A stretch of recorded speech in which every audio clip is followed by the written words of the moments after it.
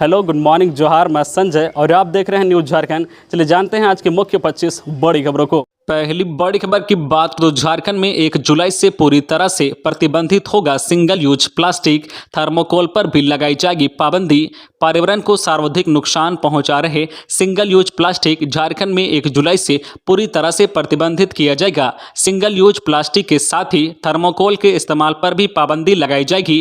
केंद्रीय प्रदूषण नियंत्रण बोर्ड CPCB के इस निर्देश पर अमल करते हुए झारखंड राज्य प्रदूषण नियंत्रण बोर्ड ने इस बाबत नोटिस जारी करने की प्रक्रिया शुरू कर दी है। इसकी पुष्टि प्रदूषण बोर्ड के सदस्य सचिव YK दास ने की है। सिंगल यूज प्लास्टिक को लेकर स्पष्ट गाइडलाइन जारी की गई है, जिसमें इसके उत्पादन, भंडारण, वितरण और इस्तेमाल पर पूरी तरीके से पाबंदी लगाई गई है। 1 जुलाई तक की समय सीमा इसलिए निर्धारित की गई है ताकि इससे जुड़े सभी पक्ष अपने स्टॉक को खत्म कर दें। जाहिर है कि 30 जून या उससे पहले सिंगल यूज प्लास्टिक से पूरी तरह से मुक्ति पानी होगी। अगली बड़ी खबर की बात करें तो झारखंड में छाए बादल, 24 और 25 फरवरी को बारिश के आसार। झारखंड में अगले 2 दिनों के दौरान न्यूनतम तापमान में 2 से 3 डिग्री सेल्सियस की गिरावट हो सकती है। इसके बाद अगले 3 दिन न्यूनतम तापमान में धीरे धीरे 3 से 4 डिग्री सेल्सियस की बढ़ोतरी हो सकती है।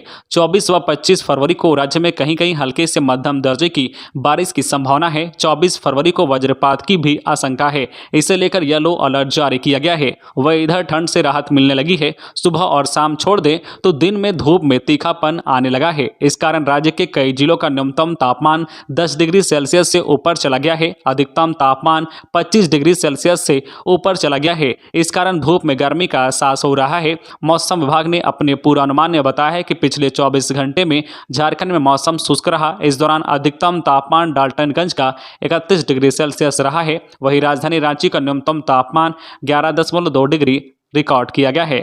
अगली बड़ी खबर की बात करें तो लालू यादव को आज कोर्ट सुनाएगी सजा। ऑनलाइन होगी कोर्ट की कार्रवाई।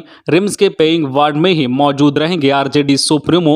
राष्ट्रीय जनता दल सुप्रीमो लालू प्रसाद यादव और अन्य 37 को रांची CBI की अदालत आज सोमवार को सजा सुनाने वाली है। चारा घोटाले के मामले में डोरंडा कोषागार से पैसे की निकासी को लेकर हुई सुनवाई के बाद CBI के विशेष जज SK शशि दोषियों के लिए सजा का ऐलान करेंगे। कोर्ट की यह पूरी कार्रवाई वीडियो कॉन्फ्रेंसिंग के जरिए होने वाली है।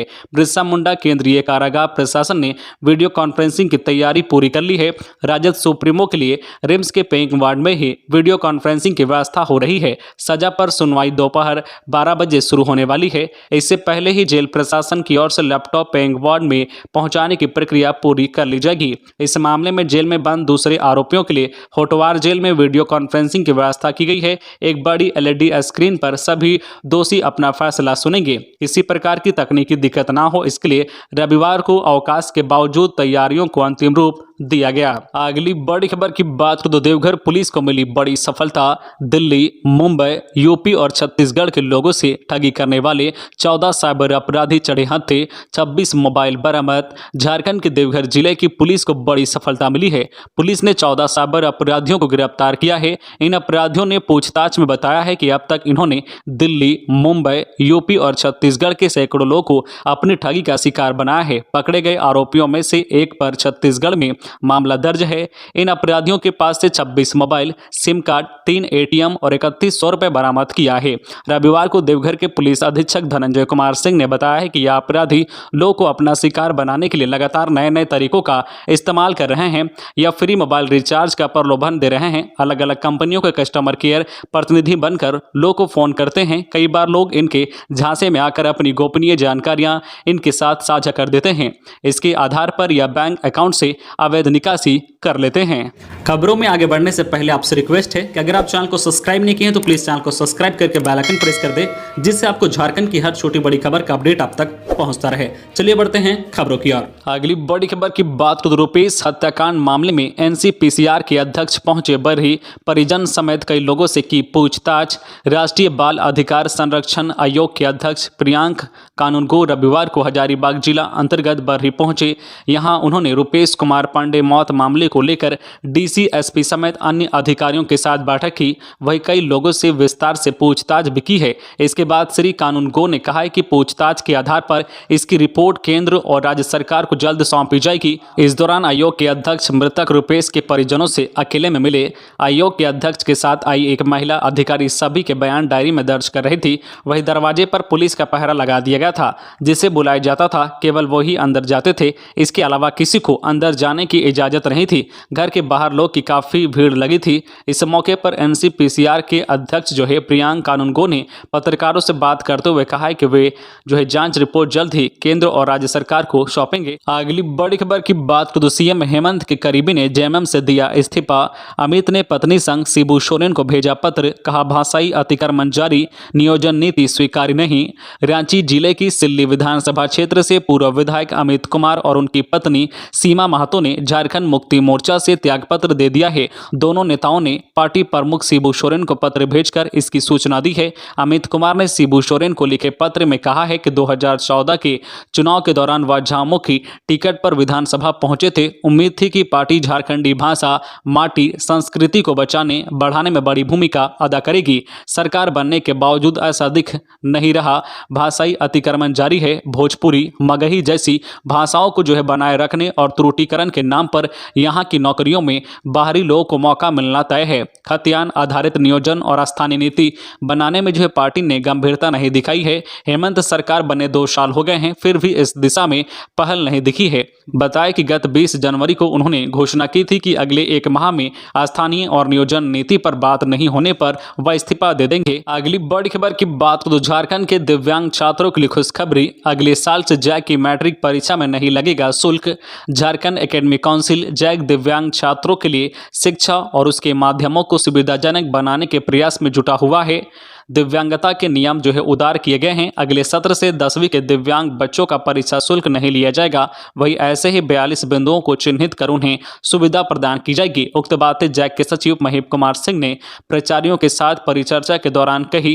श्री सिंह ने कहा है कि अब 10वीं के दिव्यांग छात्रों को पंजीकरण और जो है परीक्षा शुल्क में छूट के साथ परीक्षा में भी जो है विशेष सहूलियत दी जाएगी। अगली बड़ी खबर की बात तो जयनगर में खनन विभाग का छापा, 5 ट्रैक्टर जब्त, बालू घाटों की नहीं हुई नीलामी, फिर भी हो रही अवैध सप्लाई। कोडरमा के जिला खनन पदाधिकारी दरोगा राय के नेतृत्व में खनन विभाग व पुलिस की संयुक्त टीम ने रविवार को जयनगर थाना के विभिन्न क्षेत्रों में छापेमारी अभियान चलाया। इस दौरान अवैध रूप से बिना चालान के बालू उठाव करते हुए 5 ट्रैक्टर, 9 बेलचा और 2 कढ़ाई को जब्त किया गया है। वही चालकों को भी गिरफ्तार किया गया है। 5 ट्रैक्टर को अलग अलग जगहों में छापेमारी कर जब्त किया गया है। अगली बड़ी खबर की बात करें तो झारखंड में 25 लाख सदस्य बनाए गए राजद नेताओं ने कहा, साजिश के तहत लालू यादव जेल में। राजद के नवनियुक्त प्रदेश कार्यकारी अध्यक्ष पूर्व विधायक संजय सिंह यादव ने कहा है कि पार्टी के सुप्रीमो लालू प्रसाद यादव ने दबे कुचले के लिए आवाज बनने का काम किया, लेकिन उन्हें एक षड्यंत्र के तहत फंसाने का काम किया गया। इसका नतीजा यह है कि वे जेल में हैं। रविवार को डिबडी स्थित पार्टी कार्यालय में बैठक की अध्यक्षता करते हुए उन्होंने कहा है कि उनकी पार्टी की मजबूती के लिए उनकी नीति और सिद्धांत को झारखंड में जन जन तक पहुंचाना है। बैठक में झारखंड में 25 लाख सदस्य बनाने के लिए एक्शन प्लान तैयार किया गया। अगली बड़ी खबर की बात करें तो चतरा में शराब की बड़ी खेप पकड़ाई। हंटरगंज में पुलिस जांच के दौरान 2 तस्कर गिरफ्तार। बिहार लेकर जा रहे थे नशे का सामान। झारखंड के चतरा जिले के रास्ते बिहार में हो रही शराब की तस्करी के बड़े रैकेट का खुलासा हुआ है। पुलिस ने इस मामले में बिहार के रोशनगंज थाना क्षेत्र के लोम्बैया गांव निवासी महेंद्र यादव के बेटे जितेंद्र कुमार और हरेंद्र कुमार को गिरफ्तार किया है। इनके पास 30 बोतल अंग्रेजी और 100 लीटर महुआ शराब बरामद किया गया है। यह दोनों आरोपी बाइक से नशे का सामान लेकर बिहार के शेरघाटी की ओर जा रहे थे। पुलिस अधीक्षक चतरा को इसकी गुप्त सूचना मिली। इसके आधार पर पुलिस ने वाहन जांच अभियान शुरू किया था। इसमें यह दोनों शराब तस्कर पुलिस के हत्थे चढ़ गए। अगली बड़ी खबर की बात करें तो पोषण सखियों की विधानसभा गेट पर अनिश्चितकालीन भूख हड़ताल 23 फरवरी से। झारखंड राज्य एकीकृत पोषण सखी संघ 20 फरवरी को धनबाद जिला की बैठक गोल्फ ग्राउंड में प्रदेश अध्यक्ष सोनी पासवान एवं रजनी कुमारी की अध्यक्षता में हुई। बैठक में 23 फरवरी को विधानसभा गेट पर भूख हड़ताल की रणनीति की चर्चा हुई है। प्रदेश अध्यक्ष सोनी पासवान ने कहा है कि सरकार हम लोगों की अनदेखी कर रही है, इसलिए मजबूर होकर भूख हड़ताल करने का निर्णय लिया गया। उन्होंने बताया है कि 2016 में नियोजन के बाद आज तक घर घर जाकर सरकार द्वारा दिए गए कार्य को करती आ रही है। कोरोना महामारी के बीच भी घर घर जाकर काम कराया गया, परंतु मानदेय 12 महीने से बकाया है, जिससे पोषण सखी आर्थिक तंगी से जूझ रही है। पोषण सखियों की मांगों में 12 माह का बकाया जो है मानदेय भुगतान, सेविका सह पोषण जो है परामर्शी पोषण की सेवा शर्त नियमावली अभिलंब तैयार करने, श्रम विभाग द्वारा निर्धारित मजदूरी 13,184 रुपये का मानदेय, आंगनबाड़ी सेविका के समान जो बीमा व अवकाश की सुविधा अन्य मांग की गई है।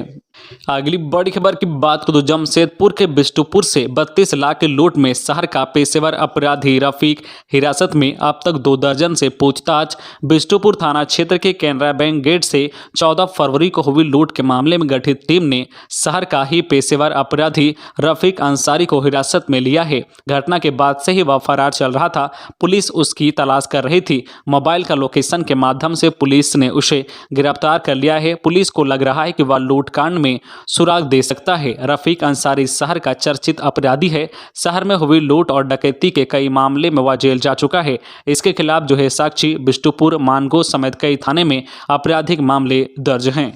अगली बड़ी खबर की बात करें तो मोरहाबादी से हटा अस्थायी अतिक्रमण।